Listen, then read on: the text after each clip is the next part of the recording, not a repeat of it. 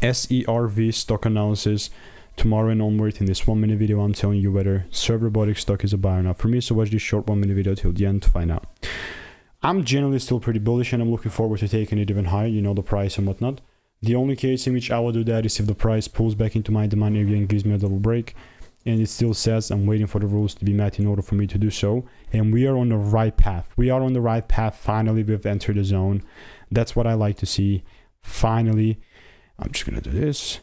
And now what I'm actually going to do is exactly wait. You know, I was waiting for that double break, but in which case now, the only case in which that's going to work is if I see this double break above here. And if the price does not give me this double break, then I would not be taking it even higher. So that's the way that I would approach this market. And this is by no means financial advice.